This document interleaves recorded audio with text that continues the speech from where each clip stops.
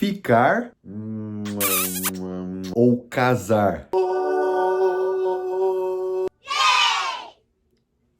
Oh my God, oh my God. Bom, hoje eu vou sem enrolação nenhuma nesse vídeo. Eu já vou te falar aqui agora qual que é a vontade de Deus para sua vida. Será que Deus se alegra quando você fica com alguma pessoa? Ou será que Deus se alegra mais quando você casa com uma pessoa? Já quero começar esse vídeo de uma forma bem objetiva e já quero deixar claro que esse vídeo é objetivo. Então, se você quer saber qual é a vontade de Deus, eu já quero te pedir aqui, se inscreve no canal, deixa o seu like, porque eu quero levar essa palavra para mais pessoas, jovens, adultos, qual idade for, que precisam saber se ficar ou casar é a melhor opção. Bom, sem enrolações, vamos lá para a explicação. No livro de Jeremias, no capítulo 29, no versículo 11, a Bíblia diz assim: porque eu sei os planos que tenho para vocês, são planos de bem e não de mal, para no futuro te dar uma fé e uma esperança. Em outras traduções, a Bíblia fala que para te dar uma paz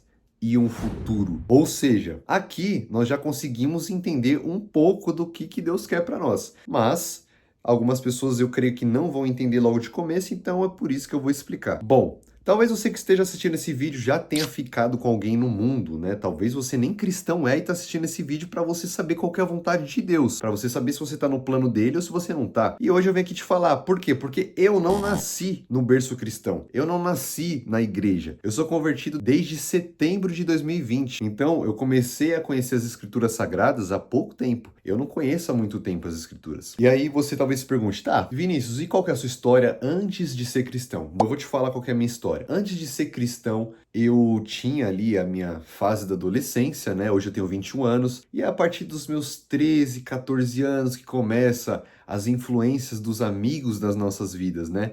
Amigos, porque amigo de verdade te chama para estar na casa do Senhor junto com você. Mas vamos lá. Na época, eu comecei, eu nem gostava, gente. Para falar a verdade, eu nem gostava de sair. Eu era muito caseiro. Para mim, na época, era só futebol e brincar. Só isso, aos 13 anos. Eu não tinha maldade nenhuma. Até que eu fui conhecendo os caminhos da maldade. Eu fui tendo amizades que já frequentavam esses lugares e me faziam estar frequentando esses lugares, me faziam convites e acredite se quiser, até a minha própria família já me incentivou, né? Não culpo eles, porque também eles viveram isso, mas me incentivaram a ir para festas. Então eu acabei sendo pressionado dos dois lados e falei, eu vou. E aí eu fui para a primeira festa, para a segunda, para a terceira, e quando eu fui ver, eu já estava ficando com as garotas ali, eu já estava bebendo, eu já estava ficando loucão, né? E coisa de jovem. Só que eu tinha 13, 14, 15 anos e aí fui indo. E eu tava sendo influenciado, porque para mim, a nossa cultura brasileira, para falar a verdade, ela instiga isso no jovem, né? A cultura do funk, a cultura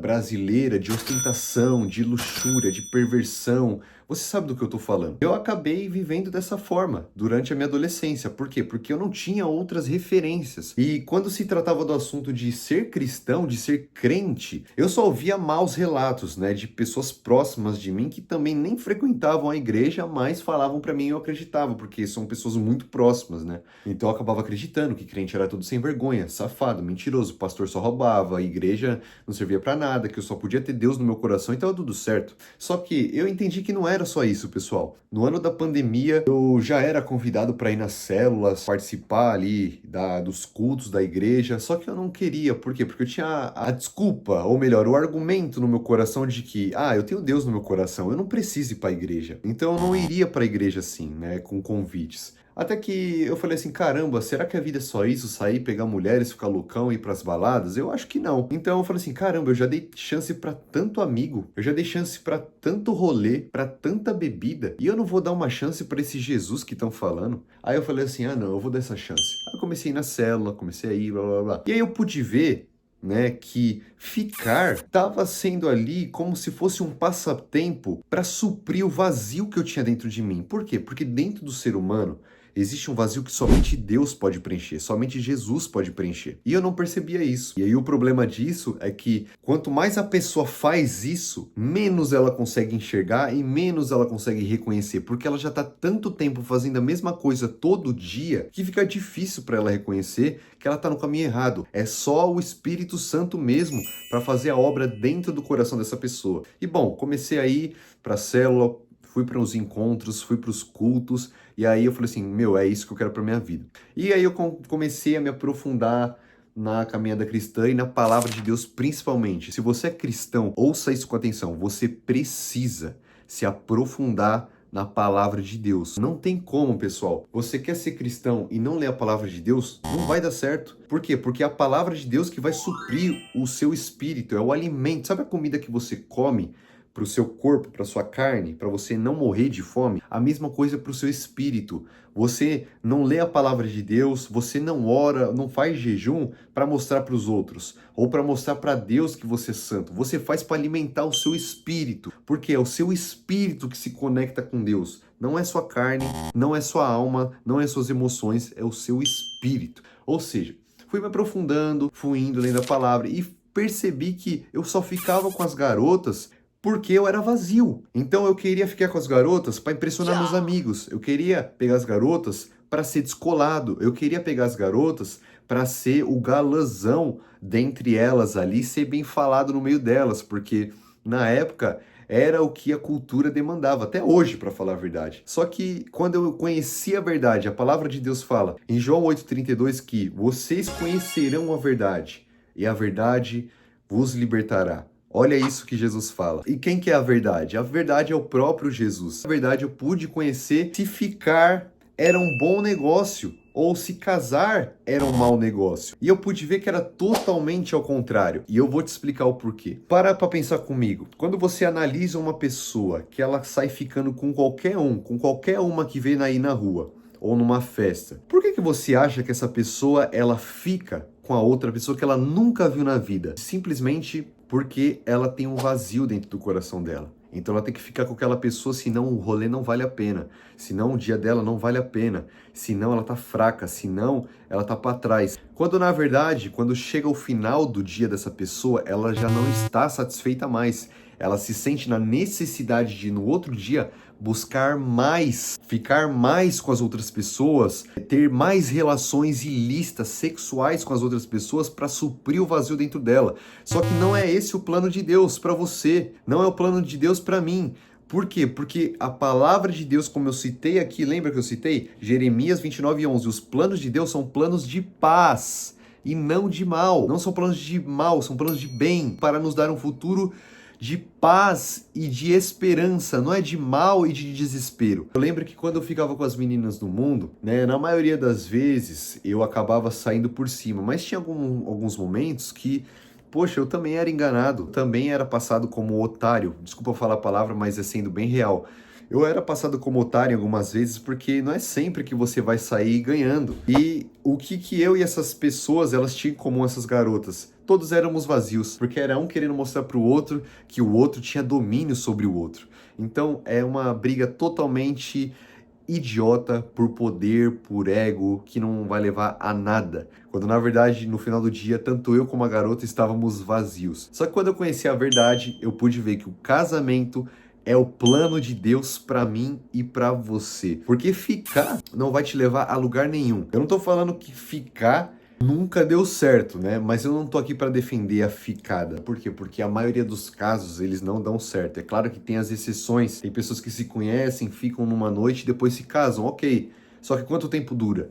Quanto tempo esse relacionamento vai durar? É isso que você tem que pensar. Agora, o casamento, pelo menos dentro da casa do Senhor, como que ele é feito? Você conhece a pessoa, você conhece os pais dessa pessoa, você conhece o estilo de vida que essa pessoa tem na vida dela, para depois você começar algo com essa pessoa. Por exemplo, na nossa igreja a gente tem algo que chama Holy Court. O que é o Holy Court? Eu acredito que corte significa cortejar, né? Holy Court, ou seja, um cortejo santo. Eu acredito que seja isso. O que é o Holy Court? É um namoro sem beijos, é um namoro sem abraços e, obviamente, sem sexo. E nesse namoro, o que você vai fazer nesse namoro santo? Você vai conhecer a pessoa, você vai conhecer os pais dela, você vai saber como que ela é, como que ela lida com as situações, se ela é uma pessoa que ama a Deus ou se ela não ama, se ela está dentro da igreja de fachada ou se ela é realmente uma pessoa que queima por Jesus. Então, nesse namoro, você não vai dar beijo, você não vai abraçar e nem vai ter sexo com ela. Ou seja, você não vai ter nenhum contato com essa pessoa até saber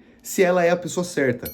Depois desse tempo do Holy Court, que vamos colocar aí como se fosse um namoro santo, mas é como se fosse um tempo de amizade mais profundo, você parte para o namoro, se você viu que aquela pessoa é a certa. Depois do namoro, aí vem o noivado e aí vem o casamento, entendeu? Eu acho que dessa forma é muito legal. Primeiro, porque diferente da ficada, na ficada você pode ficar com essa pessoa, mas ao mesmo tempo aquela pessoa tá ficando com outras 5. Então você já tá sendo corno antes de namorar. Já no Holy Court, você tá conhecendo aquela pessoa e ela tá te conhecendo. Ou seja, vocês têm um compromisso, só que esse compromisso não é com contatos físicos, mas sim com contato de espírito e de alma e de amizade. O que lá na frente, se você se casar com essa pessoa, vai deixar você e ela muito mais próximos e uma probabilidade de você separar muito menor do que uma pessoa que sai ficando com qualquer uma e casa com ela. Pode perceber, existem um monte de pessoas que casam aí com pessoas que ficaram na mesma noite, depois de 1 ano, 2 anos, 3 anos, separa. E aí fica lá aquela briga de justiça, briga de guarda de filho. Por quê? Porque começaram da forma errada. A Bíblia fala que se a primícia for santa, todo o resto será santo. O que é isso? Se você começar do jeito certo, todo o resto vai dar certo. Mas se você começar do jeito errado, vai dar errado o resto inteiro. Ou então, pode ser que dê certo durante o caminho, mas uma hora vai quebrar. E não é isso que eu e você queremos, certo? Nós queremos que dê certo aquilo que Deus tem para nós. Ou seja, comece da forma certa. Eu não estou falando para você fazer o Holy Court, para você... Não, mas calma. Calma, existe um tempo certo. Em Eclesiastes 3 a Bíblia fala, existe um tempo certo para todo propósito debaixo do céu.